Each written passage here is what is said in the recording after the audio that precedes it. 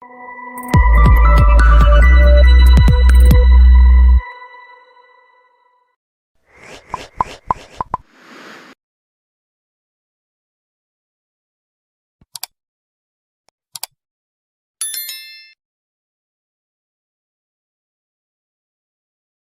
wabarakatuh. Selamat sore teman-teman semua. Kembali lagi di acara webinar Odading, obrolan berfaedah daring bersama LSPPM di sini. Nah, terima kasih nih buat teman-teman atau sobat kompeten yang ada di sini yang sudah hadir dan memilih untuk tetap produktif di saat pandemi ini. Oke, perkenalkan nama aku Amia Perliani, aku dari LSP Pasar Modal. Nah, gini, mungkin teman-teman masih bingung nih, apa sih itu LSPPM atau LSP Pasar Modal gitu ya. Jadi LSPPM atau yang LSP Pasar Modal itu adalah lembaga sertifikasi profesi yang menyelenggarakan uji kompetensi di bidang pasar modal. Nah, saat ini LSPPM itu ada 7 sertifikasi profesi, yaitu yang pertama ada analisis efek, analisis teknikal, manajemen risiko, investment banking, kepatuhan, dan manajemen portfolio. Nah, tapi sebenarnya sertifikat yang dikeluarkan ini bisa digunakan bukan cuma di pasar modal aja gitu, jadi bisa digunakan untuk banyak sektor juga. Nah, jadi itu untuk singkatnya tentang LSP Pasar Modal. Oh iya, mungkin juga teman-teman bingung nih, nanti outputnya apa sih Kak? Gitu. Nah, jika teman-teman atau sobat kompeten nantinya dinyatakan kompeten, nah teman-teman atau sobat kompeten akan mendapatkan sertifikat kompetensi. Nah, sertifikat kompetensi ini dari BNSP dan juga tak lupa nanti teman-teman akan mendapatkan gelar sesuai skema yang diambil kayak gitu. Jadi itu mungkin penjelasan singkat kali ya tentang LSPPM. Nanti kalau misalnya sobat kompeten pengen tahu lebih banyak tentang LSPPM, itu bisa ke website kami atau ke Instagram kami kayak gitu. Nah, tak lupa juga nih kita kedatangan juga pembicara-pembicara yang spesial yang gak kalah dari webinar-webinar sebelumnya nih. Yang pertama ada Dimas Apriandi. Nah, Dimas Apriandi ini adalah CEO Papon. Nah, Papon itu apa sih? Mungkin teman-teman pada atau sobat kompeten pada apa sih Papon? Nah, Papon itu adalah social enterprise yang mengembangkan permainan dan teknologi digital untuk mempromosikan pariwisata dan produk lokal di Indonesia. Jadi kayak lokal go digital gitu ya. Benar ya Dimas ya? Nah, pembicara kedua kita hari ini ada dari Kak Rabia Edra. Nah, halo Kak. Nah, Kak Rabia ini sebelumnya sebagai Content Marketing Associate Manager di Ruang Guru. Nah, saat ini sedang menempuh studi master di Universitas Indonesia dan mengambil program profesional di Harvard Kennedy School. Ya, benar ya Kak ya? Halo Kak Rabia. Nah, halo Ami. Sip. Nah, pasti teman-teman juga di sini yang atau sobat kompeten di sini udah nggak sabar banget nih, pengen mendengarkan materi-materi yang disampaikan nantinya oleh pembicara kita hari ini. Jadi untuk tanpa memperpanjang waktu lagi, kita langsung aja yuk. Nah, tapi kita biasanya pakai apa? Metode lady first dulu nih. Jadi Kak Rabia dulu, mungkin Kak bisa mempresentasikan materi untuk personal branding hari ini. Oke, halo semuanya, selamat sore teman-teman. Terima kasih juga untuk LSPPM yang udah ngundang dan bisa ngobrol bareng-bareng sama teman-teman tentang personal branding di hari ini. Oke, aku langsung aja mulai, aku share screen ya.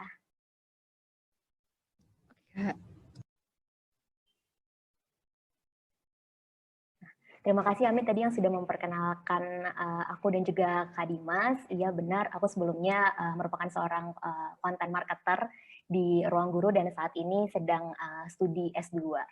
Dan untuk di sore ini, aku akan ngebahas tentang personal branding, kurang lebih tentang gimana sih kita bisa mengaplikasikan personal branding, khususnya untuk bisa menunjang karir kita ke depan.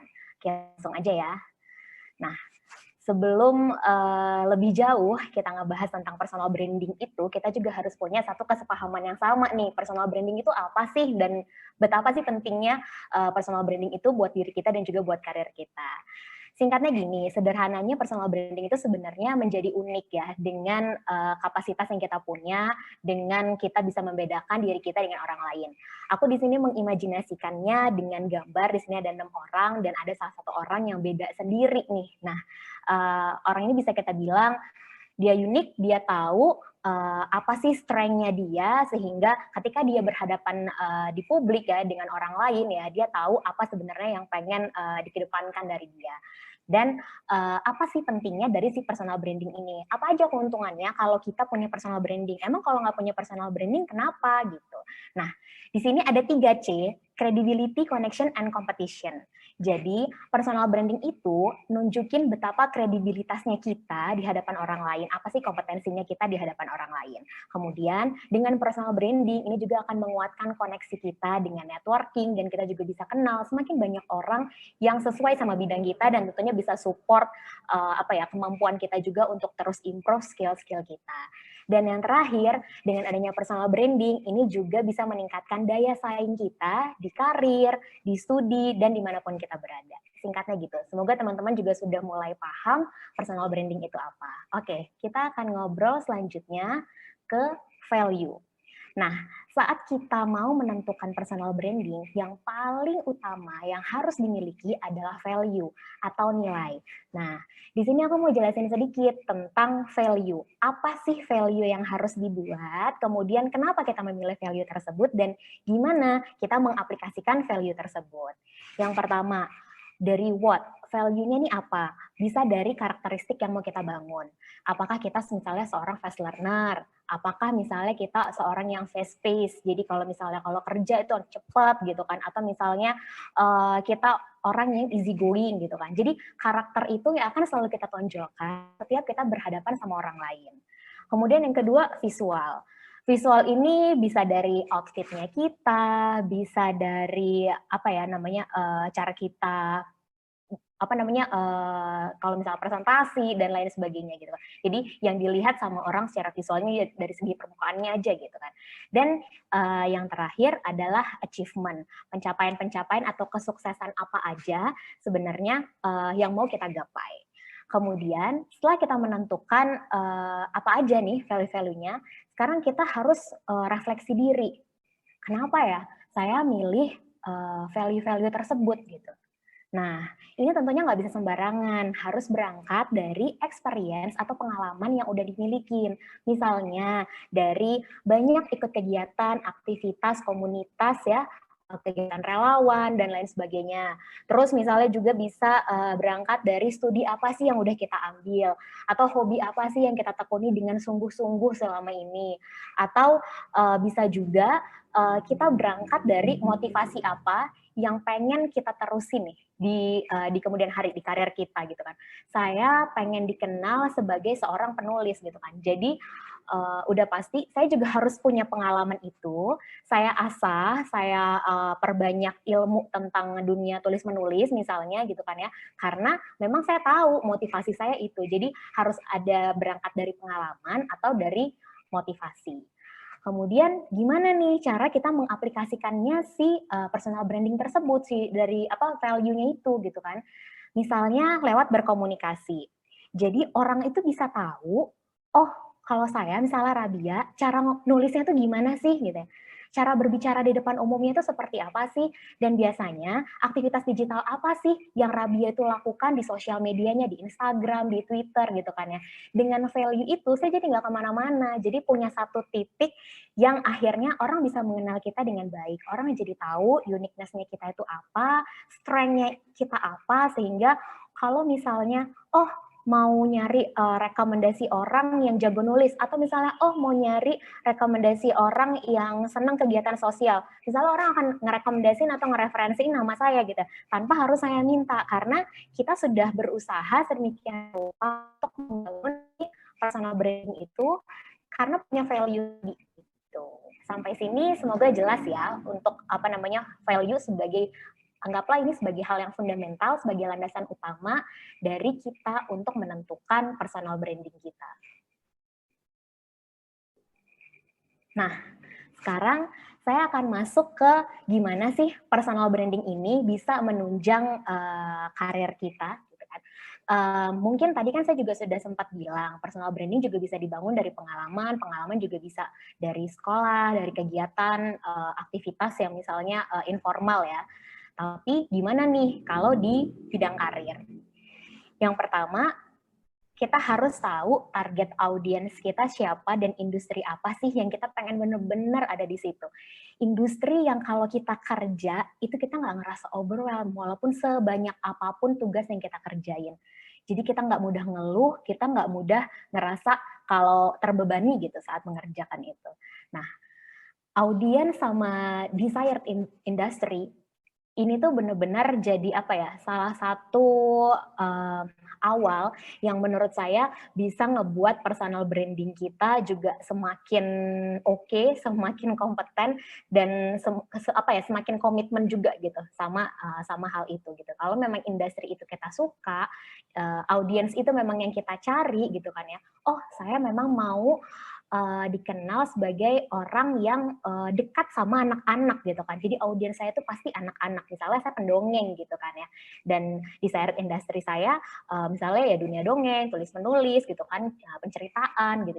Jadi ya udah saya akan ada di situ, ada di scope yang itu dan akan jadi expert di situ dan akan terus improve di skill yang seputar itu. Bukannya nggak boleh improve di bidang lain, tapi kita harus cari tahu benang merah apa ketika mengimprove skill yang lain-lain tadi. Benang merahnya itu untuk ini, untuk target kita tadi, untuk industri yang mau memang kita tekuni gitu.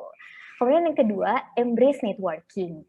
Ini penting banget ya, apalagi sekarang kan juga dunia digital, udah banyak banget platform sosial media, ada juga LinkedIn yang mempermudah kita untuk berkenalan sama orang-orang yang satu industri sama kita. Jadi ini memang sebaiknya kita terus memaintain relasi kita dan kenalan terus sama orang baru, dan sebenarnya ajang seperti ini juga penting juga sih sebenarnya untuk kita jadi saling kenal, untuk jadi saling tahu. Misalnya aku juga belum kenal sebelumnya sama Kak Dimas, dan sekarang aku bisa tahu dan mungkin nanti belajar juga dari Kak Dimas gitu kan. Ini kan juga salah satu bentuk networking. Semakin banyak koneksi yang dibuat, semakin orang-orang itu juga tahu personal branding seperti apa sih yang dipunyai sama saya atau sama teman-teman semua gitu. Dan sehingga orang juga bisa mengakui, oh saya memang kapasitasnya di bidang A atau di bidang B gitu. Kemudian yang ketiga, gimana sih sebenarnya personal branding untuk menunjang karir, yaitu kita harus tahu leaders di industri yang tadi sudah saya sebut di paling atas ya, yang di define your target. Jadi dengan kita mengikuti expert ya, atau si leaders yang ada di industri tersebut gitu kan ya, itu akan membuat kita tahu gimana sih cara kerjanya mereka, gimana caranya mereka berpikir. Jadi nggak sekedar follow, bukan sekedar ngikutin aja gitu ya, tapi benar-benar kulik abis-abisan tentang si leaders atau tentang si expert itu. Dia punya blog, kita baca. Dia punya sosial media, kita kepoin. Nggak ada salahnya kok. Dia punya LinkedIn, dia punya tulisan atau apapun gitu kan ya. Kita pahami cara pola pikir dia gitu kan, sehingga itu bisa nge-influence kita dan nambah insight kita juga. Oh, ternyata di industri yang sebenarnya ini belum kita kuasai gitu kan, dan kita bisa banyak belajar dari dia. Syukur-syukur kita bisa langsung kenal sama dia dan bisa di-mentoring langsung sama dia. Itu juga satu keuntungan juga ya buat kita. Tapi kalau misalnya mungkin kayaknya susah nih berkoneksi sama dia apa dari jauh aja, tapi kita bisa selami lah ya kehidupannya dia seperti apa ya, kehidupan profesional dan karirnya ya, karena itu akan benar-benar ngebantu kita jadi guidance-nya kita juga sih sebenarnya gitu. Jadi mungkin buat teman-teman sekarang yang masih belum kepikiran di industri ini siapa ya role modelnya kita gitu, bisa sambil dicari-cari dan benar-benar dikulik abis-abisan tentang orang tersebut, dan banyak kok pasti yang bisa dipelajari dari dia gitu. Kemudian yang terakhir adalah get recognition. Ini penting banget, apalagi berkenalan sama LSPPM ya, untuk kita yang sudah menentukan kita mau ada di scope mana, value kita apa, kita mau berkarir di bidang apa dari awal, dan apa yang ya nggak kemana-mana gitu kan ya. ini penting banget untuk terus improve skill di situ dan juga meet the certain standard of competence. Misalnya kita punya sertifikasi, kita ikut professional program, kita ikut specialist program, banyak banget program-program online apalagi sekarang gitu kan ya. Lagi di masa pandemi kayak gini tuh banyak banget jenis-jenis workshop, seminar-seminar dan lain-lain gitu kan ya, yang mungkin juga ada sertifikatnya juga, yang kayak misalnya 6 weeks program kayak gitu-gitu, itu untuk menambah kapasitas kita juga dan juga untuk menambah kompetensi kita ketika berhadapan sama publik untuk membicarakan tentang scope atau value apa dan personal branding seperti apa yang mau kita kedepankan di depan orang lain. Nah, ini saya baru baca beritanya beberapa hari yang lalu ya tentang sebuah survei. Jadi ada hasil survei ternyata 85% dari orang-orang yang mendapatkan pekerjaan itu semuanya berawal dari networking. Ini dikutip dari buku The Essential Guide for Hiring and Getting Hired yang ditulis sama CEO Lou Adler. Jadi betapa menunjukkan bahwa networking itu sangat-sangat baik ya, dan sebelumnya kenapa orang bisa merekomendasikan atau mereferensikan kita gitu kan, yang orang yang tadi sudah bernetwork sama kita itu kan lagi-lagi karena pada dasarnya kita punya personal branding itu. Jadi personal branding itu impact-nya luas sekali gitu, buat dapat pekerjaan, buat ya bisa jadi pembicara juga, atau misalnya jadi mentor, coach dan lain sebagainya, dan juga dipercaya orang juga misalnya untuk nge-handle project dan lain sebagainya. Nah, kemarin beberapa hari yang lalu Ami sempat tanya ya kan, gimana sih kalau misalnya di masa pandemi ini gitu ya, kita mengedepankan personal branding gitu ya. Iya, bener banget sih gitu ya, apalagi ini kita udah mau 1 tahun ya, ada di rumah aja gitu kan ya. Tapi gimana caranya supaya, maksudnya ini kan nggak bisa keluar-keluar, nggak bisa ikut informal event. Kalau biasanya kalau seminar kan kita bisa tatap muka secara langsung, bisa lebih banyak ngobrol. Kalau online itu gimana caranya gitu kan ya. Personal brandingnya pasti makin jadi hambatan nggak nih gitu kan, apalagi buat yang benar-benar baru pengen ngebangun gitu kan. Tenang aja, karena walaupun pandemi juga tapi kan dunia digital terus mendukung kita. Yang pertama ada yang namanya LinkedIn. Jadi pastilah semua teman-teman yang sudah berkarir pasti memiliki LinkedIn yang update gitu kan ya. Jadi LinkedIn-nya diisi karirnya, terus mungkin pernah dapat sertifikasi apa, kemudian ada yang kalau di bawah profile foto itu ada yang kayak short bio gitu, jadi kayak ada beberapa 2-3 paragraf yang mungkin bisa diisi menceritakan sebenarnya teman-teman itu orang yang seperti apa sih. Nah, itu juga merupakan salah satu langkah utama untuk personal branding secara online gitu. Jadi ketika orang ngebuka profile nggak perlu scroll langsung bawah-bawah jauh-jauh ya untuk ngulik tentang teman-teman, tapi rekan-rekan sendiri bisa langsung menuliskan. Itu sebenarnya menurut saya sendiri itu hal yang paling susah loh, menuliskan tentang diri sendiri. Lebih mudah menuliskan tentang orang lain atau tentang cerita apapun, tapi kalau menuliskan tentang diri sendiri tuh kayak harus berpikir ulang gimana orang itu bisa mau mengenal kita gitu kan ya. Tapi yang penting menulislah dengan humble ya, menulisnya tidak dengan kesombongan. Maksudnya bagaimana caranya kita menyampaikan pencapaian-pencapaian yang kita sudah punya, tapi dengan kata-kata yang positif gitu. Kemudian di LinkedIn juga selain tadi diisi, LinkedIn-nya di-update, di LinkedIn juga kan sekarang banyak banget orang yang nulis-nulis artikel di LinkedIn gitu kan ya. Cobain deh nulis artikel di LinkedIn karena itu ternyata impact-nya luar biasa gitu kan ya. Banyak orang yang mungkin tahu, oh dulu Rabia kerja di content marketing gitu ya. Tapi banyak banget orang di luar sana tuh nggak tahu content marketing, tapi dia punya connection sama saya di LinkedIn gitu kan ya.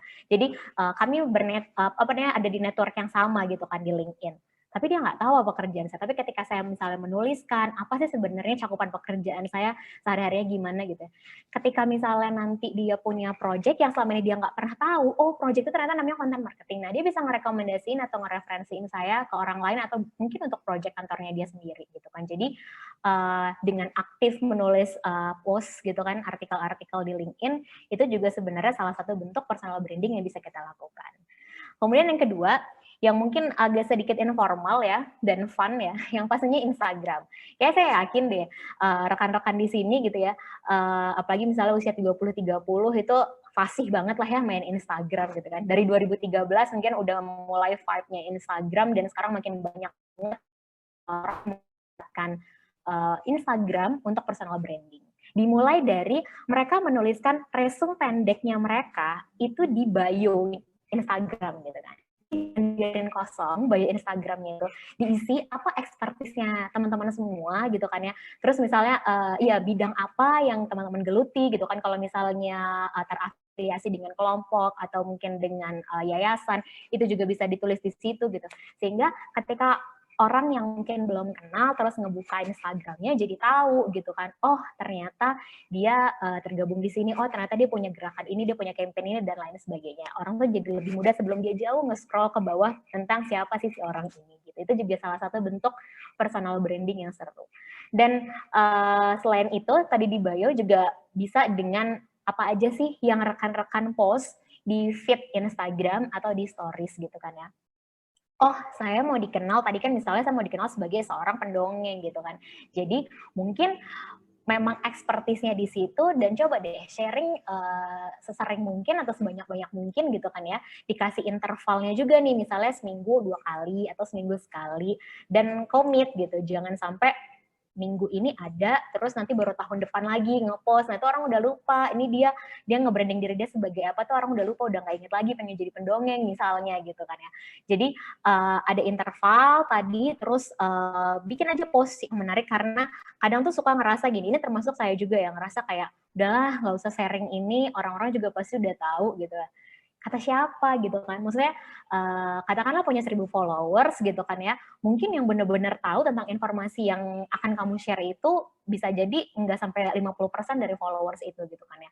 Ternyata pernah saya cobain, jadi saya punya asumsi di awal yang kayak udahlah nggak usah ngepost, tapi kayak coba aja deh di post, oh ternyata banyak yang nge-reply di stories itu gitu kan, di DM gitu kan, oh ternyata ini informasi yang mereka belum punya loh, yang selama ini kita asumsikan ini biasa aja kok, ini pasti orang-orang ngerti lah gitu. Jadi jangan pernah ngasumsiin gitu, karena sebenarnya setiap orang juga pasti pengen belajar dan pasti ada aja kok hal yang kita bisa sharing yang apa ya, hal yang pasti kita jauh mungkin lebih tahu daripada orang lain gitu.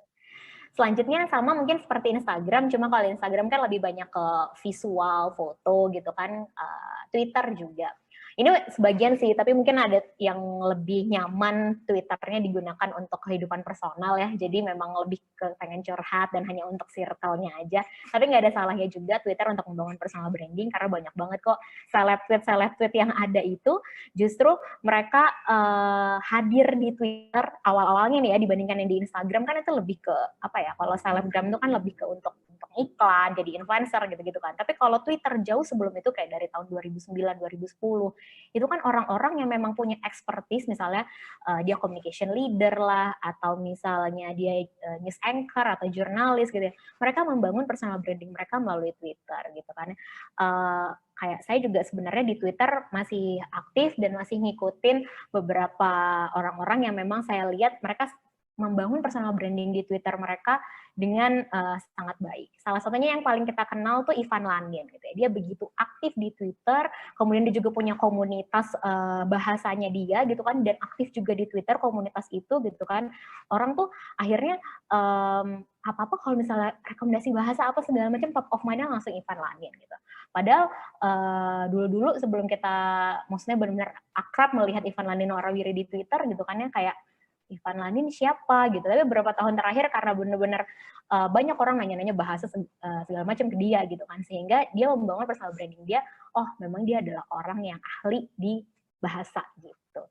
Nah, selanjutnya selain Twitter, ini bisa sebenarnya macam-macam sih. Ini saya taruh aja logo WordPress gitu, karena sebenarnya personal blog bisa macam-macam. Ada yang namanya Blogspot, ada yang WordPress, ada Wix, ada macam-macam lah ya gitu ya.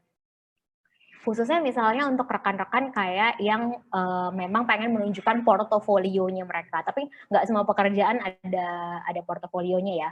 Jadi ada portofolio bisa ditunjukkan gitu ya. Khususnya misalnya untuk rekan-rekan yang jago nulis. terus misalnya graphic designer gitu kan, atau misalnya videographer gitu kan. Itu buatlah portofolio sehingga orang tuh nggak usah capek-capek nanya-nanya, ngulik sana sini, tapi satu kali klik gitu kan. Misalnya taruh aja nih linknya nanti di bio Instagram atau di LinkedIn atau di Twitter gitu kan. Ketika orang nggak klik, mereka langsung tahu apa aja nih segala kegiatan atau project yang sudah pernah kita kerjakan. Sehingga, oh ternyata yang ngerjain brand ini tuh si A, oh ternyata gitu kan. Jadi kayak, wah kedepannya ketika kita mau ngobrol sama orang ini atau misalnya ada yang nanya mau minta rekomendasi, ada kenalan graphic designer nggak yang bisa ngulik tentang ini, kan nggak semua graphic designer itu punya kemampuan yang sama gitu ya. Jadi kita bisa mengenal teman-teman kita dengan lebih baik dan kita juga bisa dikenal sama teman-teman kita dengan lebih baik lewat si personal blog atau si personal page buat portofolio ini.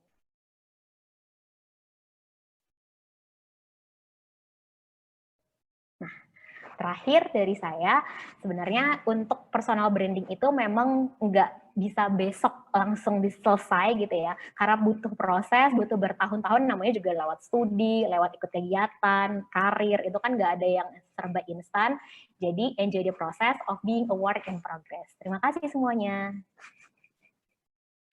Wah, terima kasih juga nih Kak Rabia, presentasi yang berfaedah banget nih kan sesuai dengan tema hari ini gitu, berfaedah, obrolan berfaedah. Nah mungkin sebenarnya sih kalau ngomongin soal personal branding itu ternyata personal branding itu adalah awalnya itu kita mengenal dulu ya, mengenal kita tuh siapa dan kita tuh maunya apa gitu, berangkat dari tadi pengalaman dan juga berangkat dari motivasi gitu, berangkat dari passion yang kita mau gitu. Dan tadi juga sebenarnya sih relate banget sih apa yang Kak Rewa bilang tentang kalau mau ngepost tuh kayaknya mereka udah pada tahu deh tuh tak malu gitu ya, malu, tapi sebenarnya coba aja dulu gitu ya, jangan banyak mikir, jangan banyak berasumsi apapun, jadi dicoba aja dulu gitu. Nah saat ini sekarang kita masuk ke pembicara kedua nih. Nah mungkin sobat kompeten di sini udah nggak sabar nih. Kak Dimas boleh dipersilahkan Kak. Oke, terima kasih. Bentar ya, saya share screen dulu ya. Oke, Assalamualaikum warahmatullahi wabarakatuh. Selamat sore semuanya. Yang terhormat Content Marketing Specialist Kak Rabia Edra, pihak LS PPM, serta teman-teman yang menghadiri seminar pada hari ini.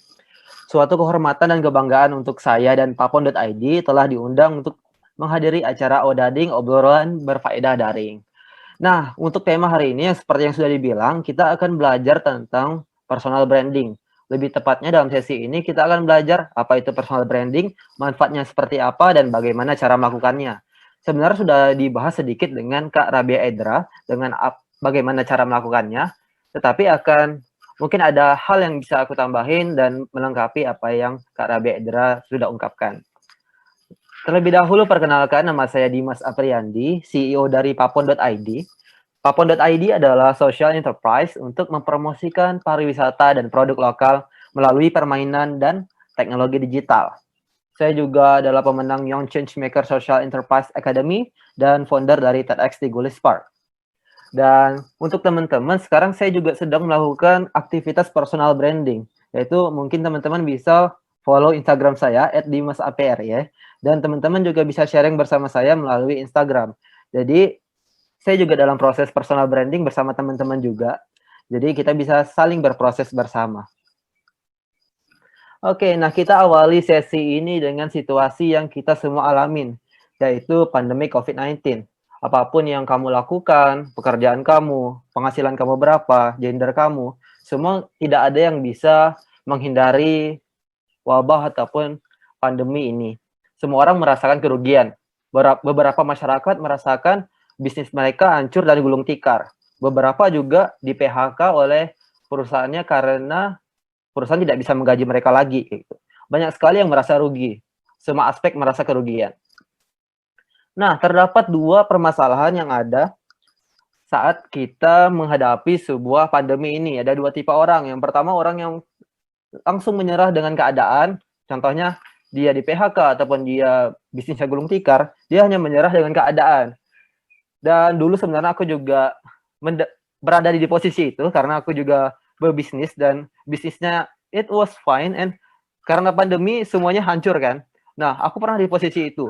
Dan di kondisi kedua, ada orang yang bisa belajar dari kesalahan. Orang yang bisa bangkit kembali dengan apapun yang terjadi.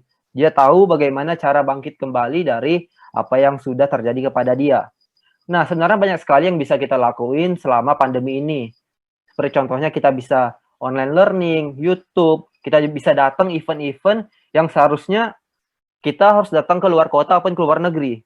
Nah, sebenarnya ada titik cerah nih di antara pandemi ini gitu. Ada hikmahnya lah gitu. Kalau kita bisa ngambil sedikit hikmah dari pandemi ini. Contohnya kalau aku sebagai orang Pontianak atau Kalimantan Barat, kita kalau mau kegiatan atau mendapatkan materi, kita harus ke Jawa untuk menghadiri event tersebut. Bahkan biasanya kita harus ke luar negeri untuk menghadiri event tersebut. Tapi sekarang semuanya bisa aku dapetin hanya dengan duduk di rumah. Seperti itu. Nah, banyak sekali yang bisa aku lakuin, menambah kompetensi, segala macam, dan mungkin teman-teman juga melakukan hal tersebut. Nah, saat pandemi seperti ini, semua proses kehidupan didorong untuk menjadi digitalisasi. Apapun yang kita lakukan sekarang secara tidak langsung dipaksa untuk mengarah ke teknologi nih.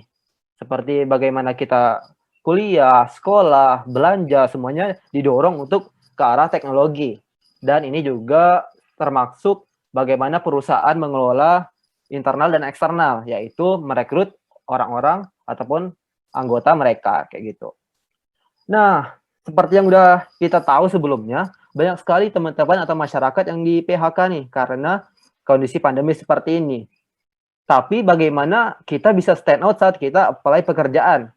Karena banyak banget kan, puluhan juta orang-orang di PHK, dan sekarang mungkin perusahaan udah mulai stable lagi, dan udah mulai naik lagi, dan dia akan merekrut teman-teman ataupun masyarakat kembali. Tapi bagaimana kamu bisa stand out di antara puluhan juta orang ini? Nah, salah satu caranya adalah personal branding yang sudah diungkapkan dengan Kak Rabia Edra. Personal branding is the conscious and intentional effort to create influence of public perception of individual. Jadi bagaimana cara kita membuat usaha yang sadar untuk ngebuat persepsi publik tentang individu atau diri kamu sendiri. Nah, untuk apa sebenarnya kita melakukan personal branding, yaitu meningkatkan kredibilitas kita, dan kita bisa membedakan diri kita dengan kompetitor, dan juga meningkatkan jenjang karir kita. Nah, banyak sekali kan manfaat dari personal branding. Tetapi bagaimana sih tips untuk personal branding? Yang pertama yang sudah dibilang yaitu have a focus. Nah, misalnya kamu udah ngeset nih seperti yang sudah dibilang sebelumnya, kamu ingin belajar ataupun fokus di desain contohnya. Nah, kamu lebih spesifikkan kembali, desain yang seperti apa? Desain 2 dimensi kah, atau desain 3 dimensi kah, ataupun desain-desain lainnya. Dengan niche yang lebih kecil itu, kamu akan lebih bisa melakukan personal branding dengan tepat, dan orang-orang bisa menemukan kamu dengan lebih cepat. Nah, yang kedua ada be genuine. Nah, yaitu adalah mungkin sekarang personal branding orang-orang selalu kaitkan dengan pencitraan, dan biasanya pencitraan kan dikonotasikan kadang dibilang suatu yang negatif. Nah, sebenarnya untuk melakukan personal branding, yang kamu lakukan harus jujur. Karena kalau kamu tidak jujur saat melakukan personal branding, kamu akan kesulitan melakukan personal branding dalam daily basis. Jadi contohnya, kamu sehari-hari mau personal branding, tapi yang kamu lakukan tidak jujur nih, tidak yang benar-benar kamu suka gitu. Contohnya, kamu sebenarnya nggak terlalu suka desain, tapi karena kamu, kayaknya keren deh kalau personal branding aku desain. Tetapi dalam sehari-hari, kamu kan kesulitan untuk melakukan personal branding itu. Nah, kalau kamu melakukan personal branding dengan sesuatu yang kamu suka, you are going to passionate about to tell the story about it. Nah, yang ketiga adalah be consistent. Soalnya, seperti yang dibilang, kalau kita personal branding kadang lagi ada moodnya nih, kita sharing, terus tiba-tiba hilang. Dan orang udah lupa tentang apa yang telah ingin kamu lakukan personal branding kan. Nah, ini tips and triknya, langkahnya seperti apa, identify what matters to you. Seperti yang sudah dibilang tadi, apa sih yang kamu percayai, apa sih value yang kamu punya sebagai individual, apa yang membedakan diri kamu dengan orang lain, apa pengalaman unik yang kamu punya yang orang lain tidak punya. Nah, setelah kamu tahu hal tersebut, kamu bisa self-awareness nih, kamu sudah menentukan hal tersebut. Nah, setelah itu, define your core audience. Siapa sih yang pengen ngelihat hal-hal yang kamu share tersebut gitu, atau yang kamu share secara fisikal atau virtual. Nah, kamu harus tahu nih siapa yang menonton kamu gitu. Misal kamu share story, siapa sih yang peduli dengan hal tersebut? Apa sih demografinya, psikografinya, segala macam seperti itu. Apakah dia anak-anak ataupun dia wanita ataupun pria. Nah, kamu harus setkan tuh hal tersebut. Yang ketiga, yang seperti dibilang, create virtual presence. Kalau kamu belum bisa membuat website, lebih baik kamu bisa menata LinkedIn profile kamu bisa berkoneksi juga dengan saya di situ. Nah, yang keempat, create your content strategy. Nah, seperti content marketer di ruang guru ataupun sebuah brand, kita sebenarnya harus membuat diri kita sebagai sebuah brand. Karena you are the CEO of yourself. Jadi, kamu harus nge-treat diri kamu nih. Misalnya contohnya, kalau KFC suka nge-post yang merah-merah, terus pesannya sama semua. Nah, kamu juga harus nge-treat diri kamu sebagai brand. Apa sih pesan yang mau kamu sampaikan kepada masyarakat? Apa sih yang kamu pengen orang lihat tentang diri kamu? Seperti itu. Kamu udah, yang pertama, step pertama kamu udah tahu diri kamu, yang kedua kamu tahu core audience kamu buat materi ataupun konten-konten yang nge-attract orang-orang yang menjadi core audience kamu, sehingga orang tersebut pengen tahu nih tentang kamu. Oke, nah setelah kita lihat, ini ada LinkedIn profile. Nah, gimana sih membuat LinkedIn profile kamu lebih keren lah kalau dilihat orang-orang ataupun perusahaan. Yang pertama kan kamu udah set nih, short bio kamu, terus pekerjaan kamu. Lebih baiknya kamu memiliki rekomendasi. Berikut adalah contoh LinkedIn profile dari diri aku. Nah, aku udah nge-set kalau core value aku ada integrity dan kreativitas. Nah, kita bisa ask recommendation orang-orang yang pernah bekerja sama dengan kita ataupun sedang bekerja sama dengan kita. Nah, setelah hal tersebut kita minta dan mendapatkan respon, orang-orang eksternal ini ternyata bisa cross-check ulang nih. Ternyata yang dia sebutkan nggak cuma self-acclaim, tapi orang-orang yang pernah bekerja sama dengan mereka juga merasakan hal yang sama. Nah, yang kedua adalah untuk menambah kredibilitas kamu adalah sertifikasi kompetensi. Apa sih yang kamu punya, kayak gitu. Nah, sertifikasi kompetensi itu apa sih? Sertifikasi kompetensi adalah bukti tertulis yang diterbitkan oleh lembaga sertifikasi untuk menerangkan bahwa seseorang telah menguasai kompetensi kerja tertentu. Nah, jadi teman-teman, kalau ataupun perusahaan yang melihat standar tersebut, mereka sudah tahu sebagai semana tinggi ataupun seberapa capable kamu untuk mengeksekut kerjaan tersebut. Jika kamu memiliki hal-hal tersebut ataupun beberapa sertifikasi kompetensi, perusahaan ataupun masyarakat juga akan merasa trust dengan kamu gitu. Nggak sekedar mengarang bebas di LinkedIn ya. Nah, apa sih manfaat sertifikasi kompetensi yang tadi sudah disebutkan, dan juga kamu tuh sebenarnya mendapatkan pengakuan negara terhadap kompetensi yang dimiliki. Terus memperkuat kepercayaan pemberi kerja terhadap kompetensi yang dimiliki, serta di negara maju memiliki grade ataupun gaji yang lebih besar. Nah, kamu udah tahu nih manfaat tentang sertifikasi kompetensi. Bagaimana sih cara kita mendapatkan sertifikasi kompetensi tersebut? Sebenarnya banyak sekali badan-badan yang mengelola hal ini gitu. Misalnya contoh aku lebih ke arah desain, aku mendapatkan sertifikasi dari perusahaan Adobe dan lain-lain. Nah, kamu cari nih apa sih yang bakal ataupun expert kamu di bagian mana kayak gitu. Nah, jika kamu pengen fokus di bidang pasar modal, alhamdulillah kita juga sudah punya LSPPM. LSPPM, Lembaga Sertifikasi Profesi Pasar Modal.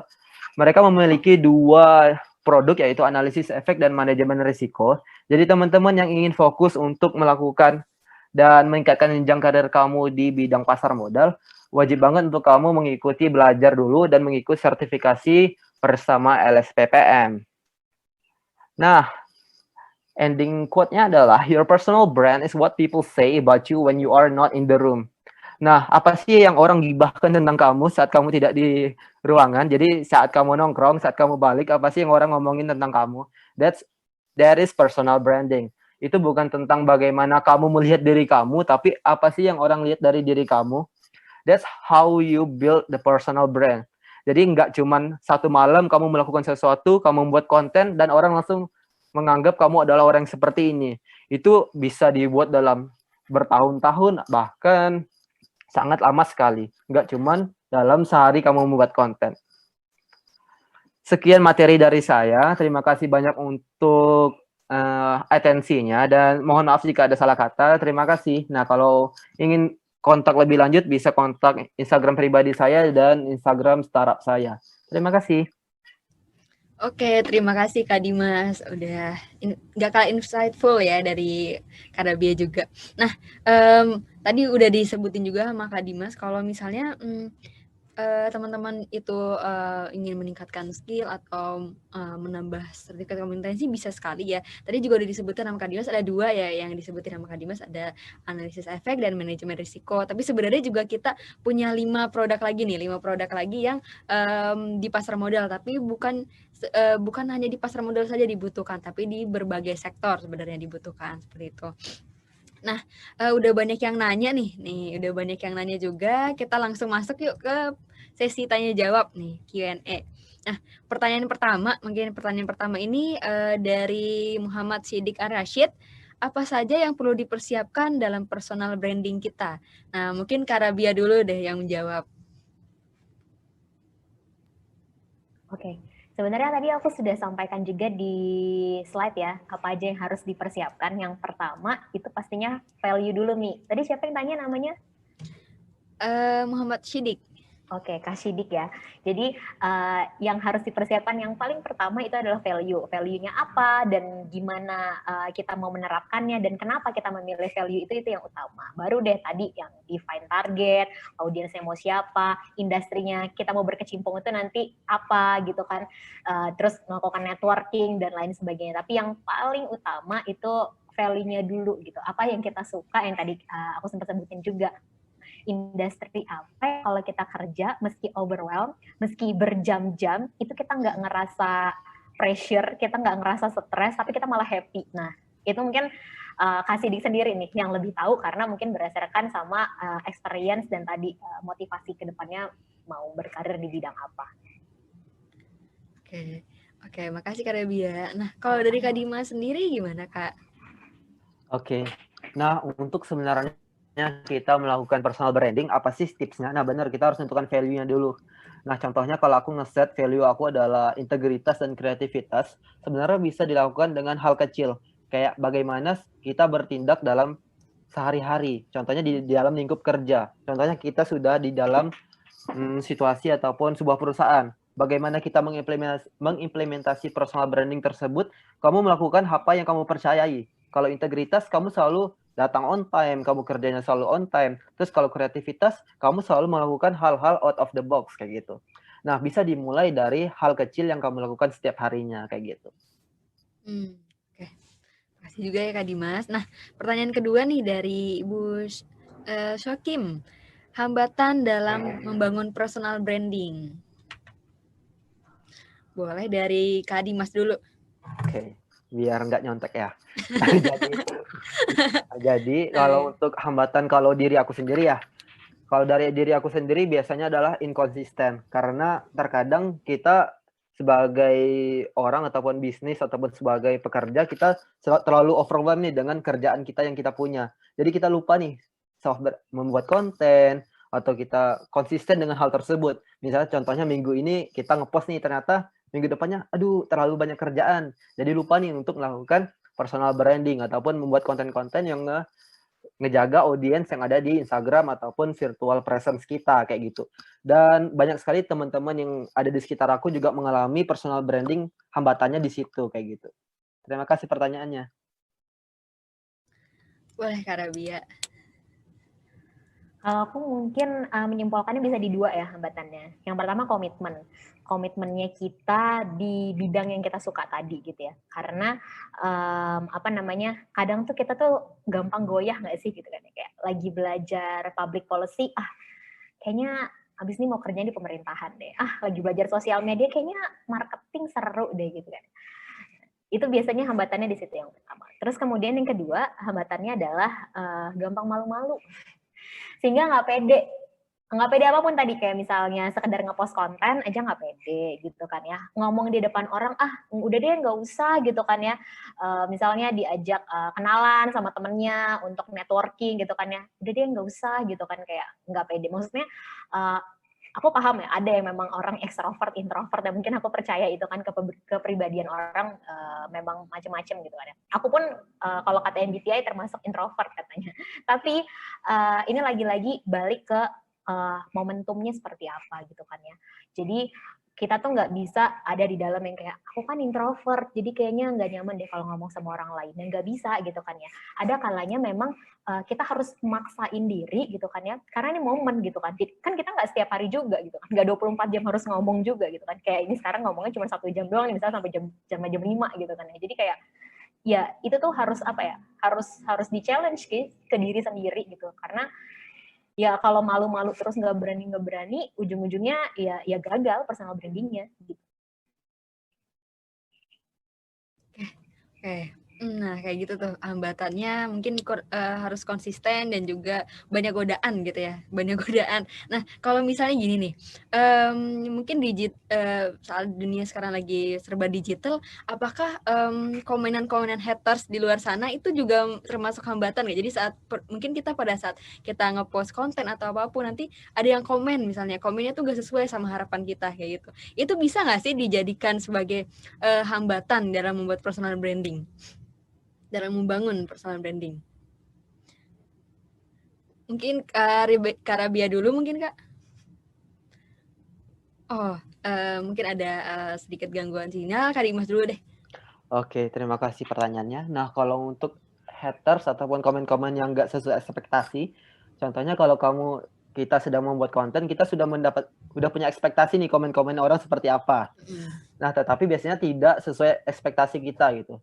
Nah, awal-awal memang sebenarnya pengaruh atau enggaknya sesuai dengan kamu sendiri. Di awal aku melakukan konten-konten tersebut, komen-komen haters seperti itu aku anggap sebagai serangan untuk aku. Tapi coba rubah sudut pandangnya menjadi hal-hal tersebut adalah kamu bisa tahu nih, oh ternyata aku masih kurang di sini. Atau kita lihat konstruktif atau tidak. Nah, seperti itu. Nah, aku saranin lebih fokus kepada orang-orang yang suka dengan konten kamu gitu. Nah, seperti Kak Rabia juga, aku juga dulu 4 tahun lalu saat aku kuliah, aku nge-branding diri aku sebagai orang yang relawan, yang suka melakukan kegiatan-kegiatan relawan. Nah, saat itu aku juga malu-malu nih ngepost nggak ya tentang relawan kayak gitu. Kayaknya nggak ada yang peduli lah dengan hal tersebut kayak gitu. Nah, karena aku juga malu-malu orangnya zaman dulu.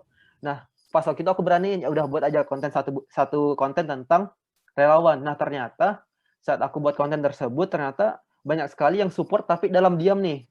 Jadi nggak banyak, sebenarnya contohnya kalau kamu buat konten nggak ada yang komen, nggak apa-apa, terusin aja terus. Nah, mungkin ada yang suka dengan kamu tapi diam-diam gitu. Diam-diam tapi nontonin terus kayak gitu. Nah, aku nemu banyak orang seperti itu di teman kuliah aku gitu. Ternyata mereka diam-diam tuh ternyata follow kita, nontonin kita terus. Nah, fokus ke orang-orang yang suka sama kita dan memberikan manfaat kepada kita. Jangan fokus kepada orang-orang yang mungkin apa ya, orang-orang yang nggak suka sama kita ataupun nggak pengen kita maju kayak gitu.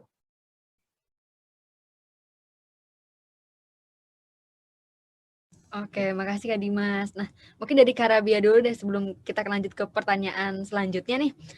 Tadi yang aku tanyain, apakah komen dari haters itu bisa jadi hambatan? Terus gimana sih cara ngehandle komen yang nggak sesuai sama ekspektasi kita?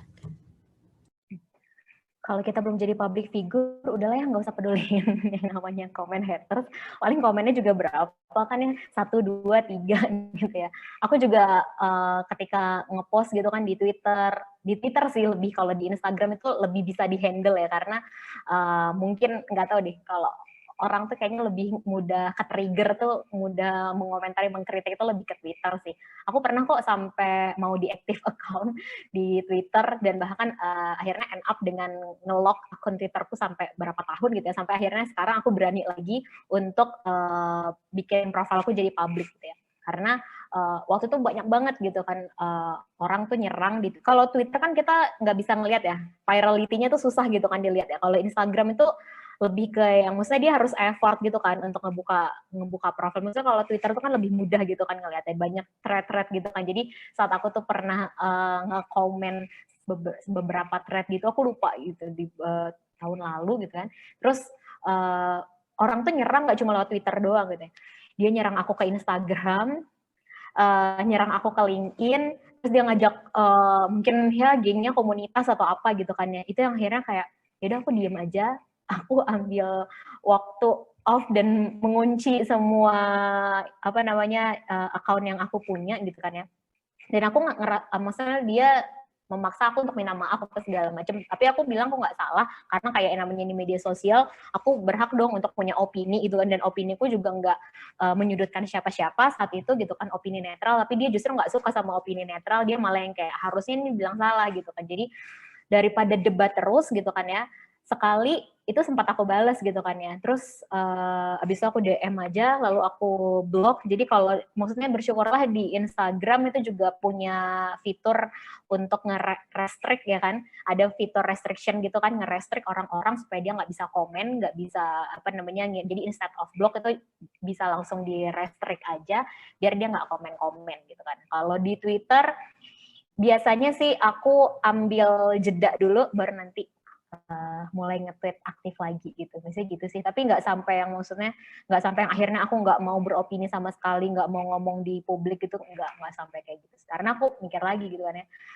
public figure pun ada waktu jedanya kok dan akan aktif kembali gitu sih. Jadi nggak sampai yang benar-benar terpuruk banget gitu, enggak sih. Terima kasih jawabannya nih. Mungkin buat teman-teman yang saat ini ngepost terus gak dapat komentar yang sesuai ekspektasi, nah bisa dihandle kayak gitu. Nah, pertanyaan selanjutnya ini dari Maudina Trihartasya. Untuk Mbak Rabia, apakah kredensial kampus mempengaruhi sekali untuk diterima di perusahaan? Nah, mungkin Kak Rabia sendiri pernah terlibat dalam proses rekrutmen. Nah, iya, benar. Kebetulan yang kantor aku yang sebelumnya, jadi aku pernah bekerja di 4 tempat gitu ya, dan tempat yang terakhir inilah yang aku punya banyak kesempatan untuk nge-hire orang intern maupun full time gitu kan. Tentu aku ngelihat kredensial, bukan ngelihat kredensial tuh, dia ngelihat kampusnya, kampusnya di mana, lebih ke situ dulu gitu kan ya. Ya jelas dong kan, posisi kampus itu kalau di CV itu kan di atas kan, dibandingin skill atau apa-apa itu kan biasanya agak lebih bawah sama experience apa itu kan biasanya sekolah itu di atas. Jadi kayak abis ada misalnya ada foto, ada juga yang enggak gitu kan, kayak sort apa namanya bio-nya, lalu biasanya kan langsung pendidikannya apa gitu kan, pasti dilihat lah kampusnya gitu kan ya. Tapi apakah kampusnya itu dikonsider sebagai satu-satunya alasan untuk nge-hire orang tersebut? Enggak, itu pasti enggak. Karena kalau aku sendiri gitu kan ya, melihat kampus iya, tapi bukan mempertimbangkan dia bisa masuk dan jadi apa misalnya jadi tim aku gitu kan ya, karena dia kuliah di UI, karena dia kuliah di ITB, no.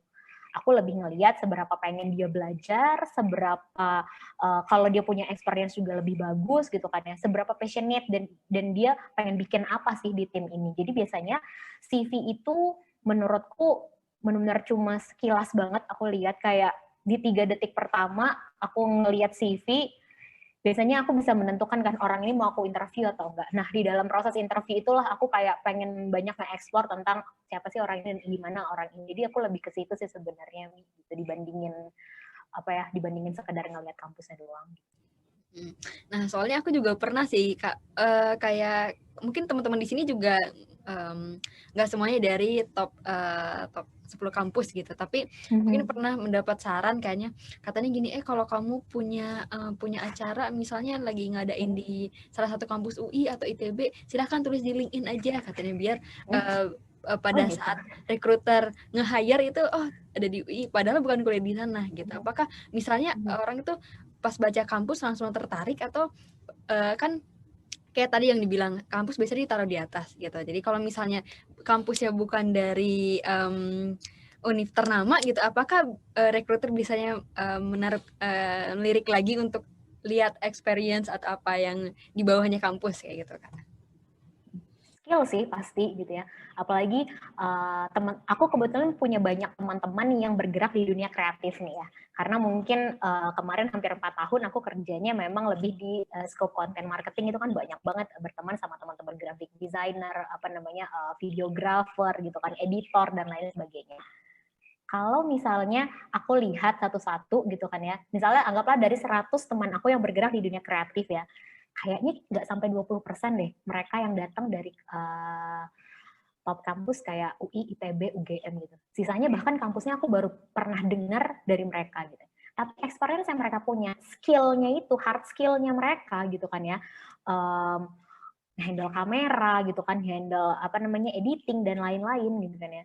Itu mau sekolah sampai S3 kalau nggak latihan itu nggak bisa ya kan ya. Karena kreatif itu bener-bener cepet banget kan perubahannya, dinamis banget gitu kan ya. Jadi bahkan yang kampusnya dari yang kayak ITB, UI gitu kan ya, mereka mungkin end up ada yang sekedar apa vokasi atau itu vokasi D3 ya, atau ya udah stop di S1 aja. Pengen S2 nggak Kak? Nggak pengen, buat apa? Mereka justru lebih pengen memperbanyak workshop gitu. Jadi beda-beda lah ya orang gitu kan. Nah, kecuali kredensial kampus untuk mau jadi dosen, jadi researcher kayak gitu kan. Jadi nggak semua pekerjaan, nggak semua perusahaan punya standar yang sama lah untuk melihat apa namanya kredensial kampus saat nge-hire orang gitu.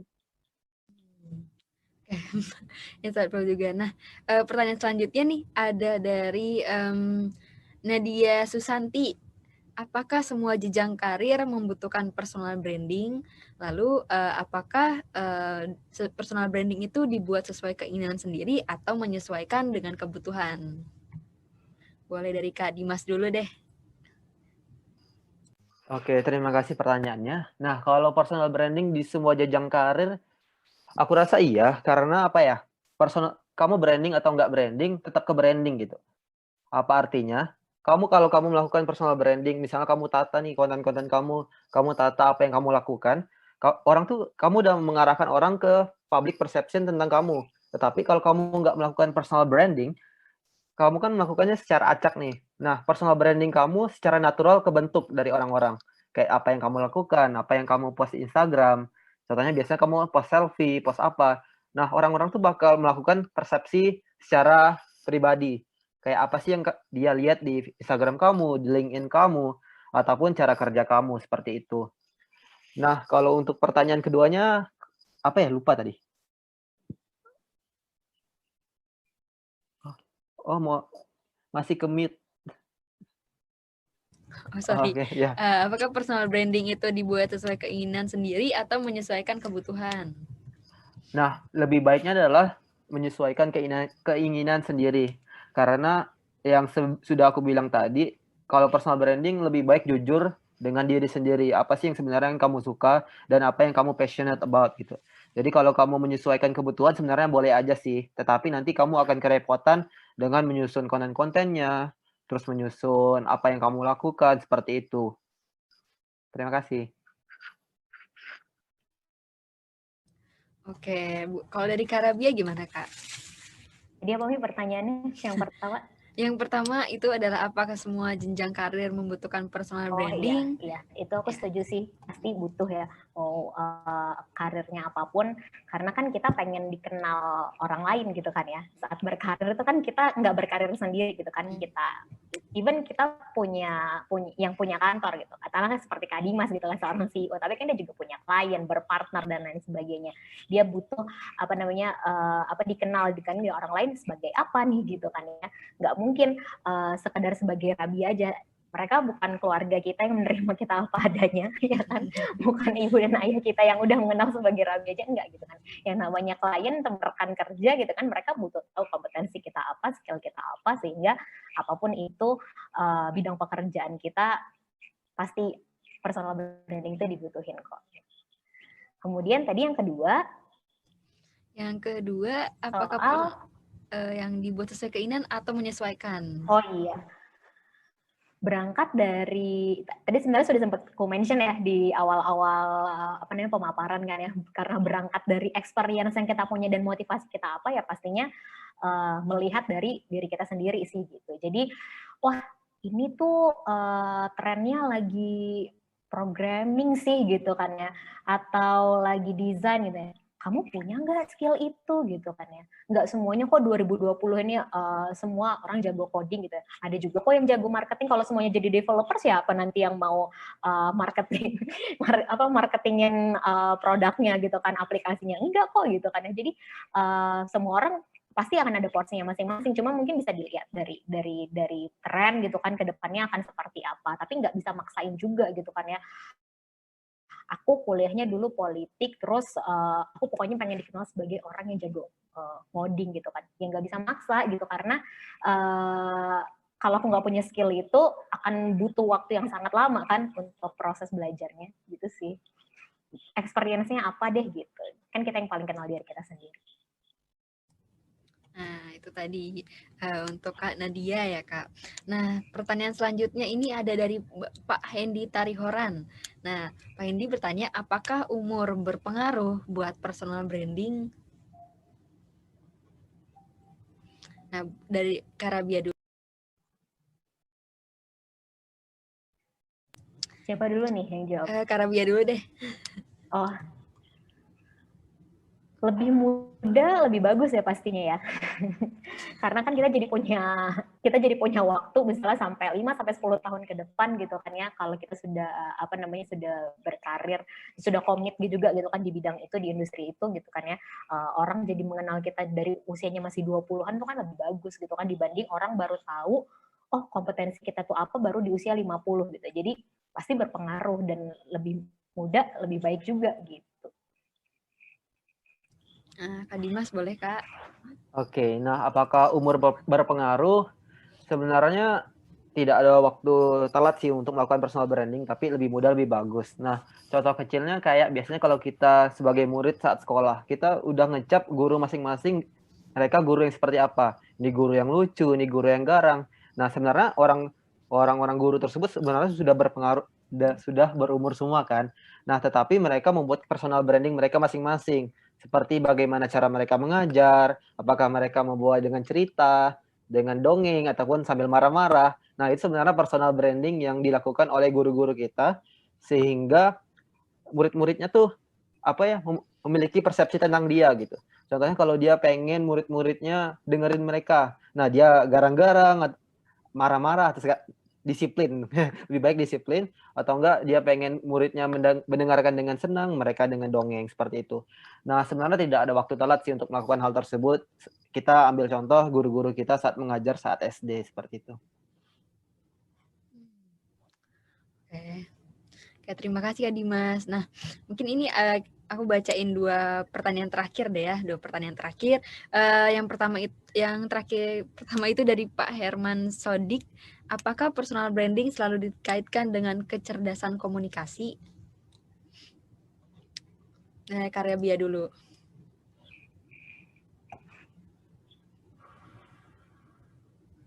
Sorry Ami, tadi agak sedikit putus-putus, pertanyaannya apa? Oh iya, pertanyaannya itu adalah apakah personal branding selalu dikaitkan dengan kecerdasan komunikasi?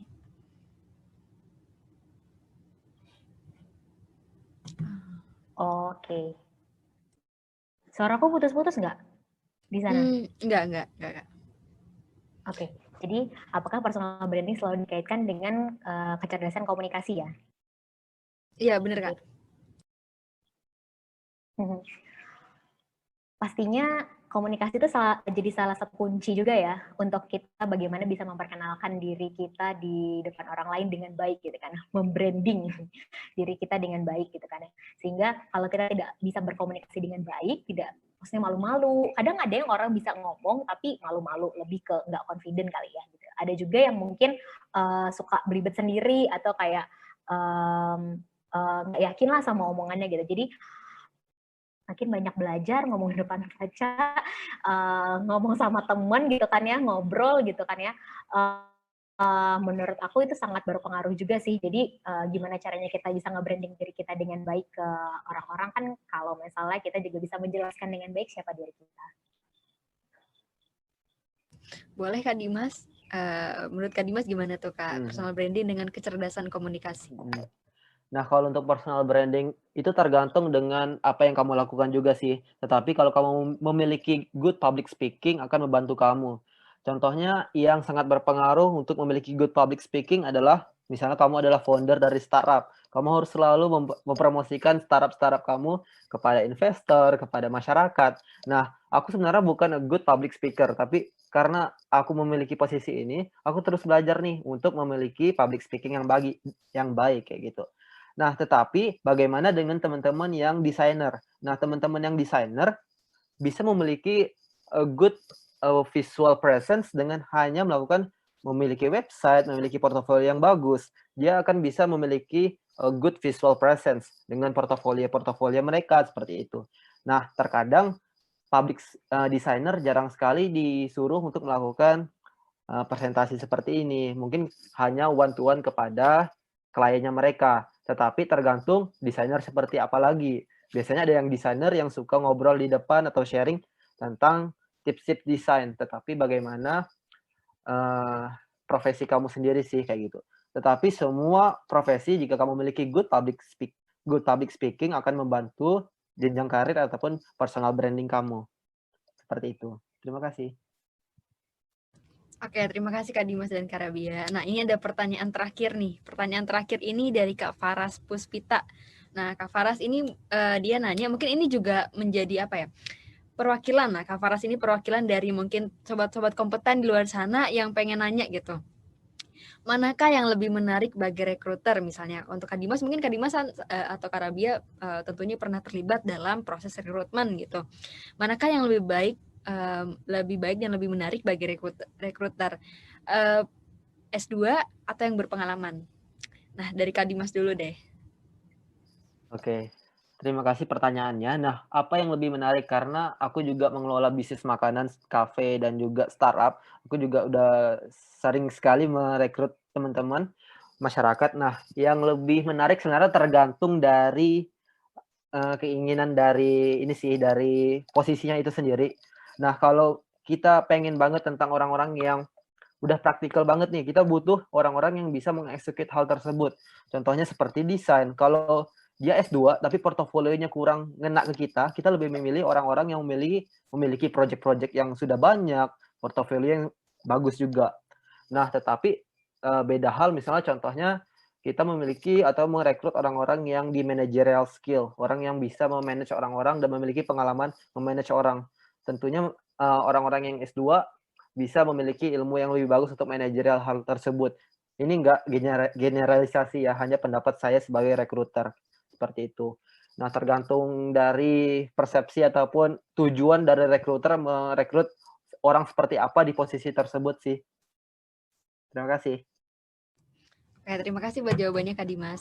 Dari Kak Rabia mungkin Kak, pertanyaan terakhir itu lebih menarik mana di mata rekruter? Apakah yang S2 atau yang berpengalaman? Kalau saya sih pasti jawabannya udah pasti berpengalaman ya. Karena kan ini dalam konteks rekruter ini ya perusahaan ya yang biasanya lebih membutuhkan experience ke hard skill-nya dia gitu kan ya. Kecuali misalnya untuk di ya tadi saya bilang lembaga universitas atau misalnya untuk jadi dosen dan lain-lain gitu kan ya. Pengalamannya justru ya si S2 itu dianggap pengalamannya gitu kan dan S3 dan seterusnya gitu kan. Tapi emang kalau kita bukan berkecimpung di yang apa ya industri yang pendidikan banget, yang akademik gitu kan ya, pengalaman jadi yang ini sih, jadi yang udah pasti cenderung dipilih sih itu dulu gitu. Apalagi kalau dia juga pernah bekerja di perusahaan-perusahaan yang kita tuh pengen belajar dari perusahaan itu juga jadi nilai plus kan.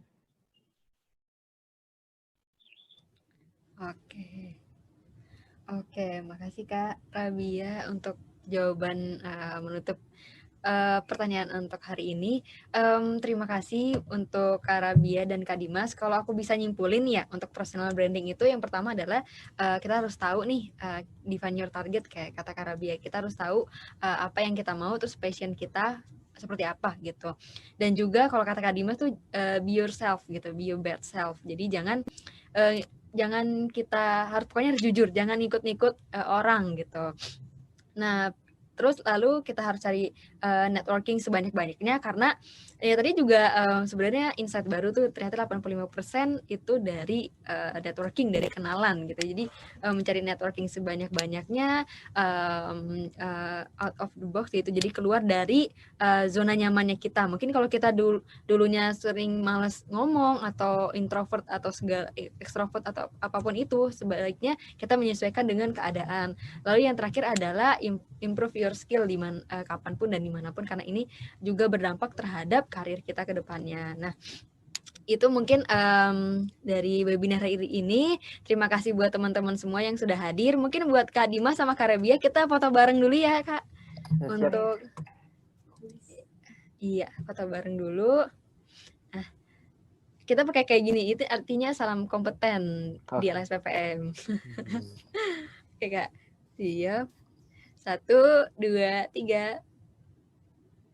Oke, terima kasih. Nah, mungkin buat teman-teman, sebelum menutup, teman-teman jangan lupa absen, dan kita ada kuis nih buat teman-teman. Kuis nanti hadiahnya itu akan mendapatkan saldo di OVO atau di GoPay. Nanti teman-teman tinggal request sendiri. Pertanyaannya apa? Pertanyaannya itu adalah teman-teman, apa yang teman-teman dapatkan dari webinar Odading volume ketiga ini. Nah, itu bisa dikomen di postingan Instagram LSPPM yang terakhir gitu. Bisa dikomen di situ, dikasih jawabannya, dan jangan lupa tag 3 teman kamu. Dan tentunya harus follow LSPPM dulu. Nah, kayak gitu.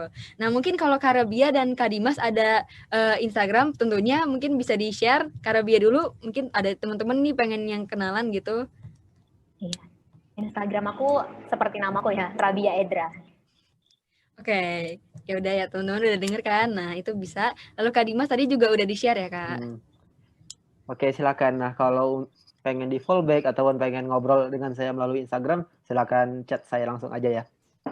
Nanti namanya itu Kak Dimas Apri. Nah, ini udah ada di chat. Nah, terima kasih buat teman-teman yang sudah hadir hari ini. Terima kasih juga untuk pembicara kita yang super outstanding banget, ada Kak Dimas dan Kak Rabia. Terima kasih untuk udah sharing ilmunya dan sharing pengalamannya untuk hari ini. Semoga apa yang disampaikan oleh Kak Dimas dan Kak Rabia bermanfaat ya buat sobat kompeten yang ada di seluruh penjuru Indonesia. Nah, aku lupa mention nih, teman-teman ini ada yang dari Aceh sampai ada yang dari Papua juga gitu, hadir hari ini di sini. Nah, oke, kayak gitu. Mengakhiri, mohon maaf jika kita ada salah kata. Wassalamualaikum warahmatullahi wabarakatuh. Bye-bye semuanya. Ya.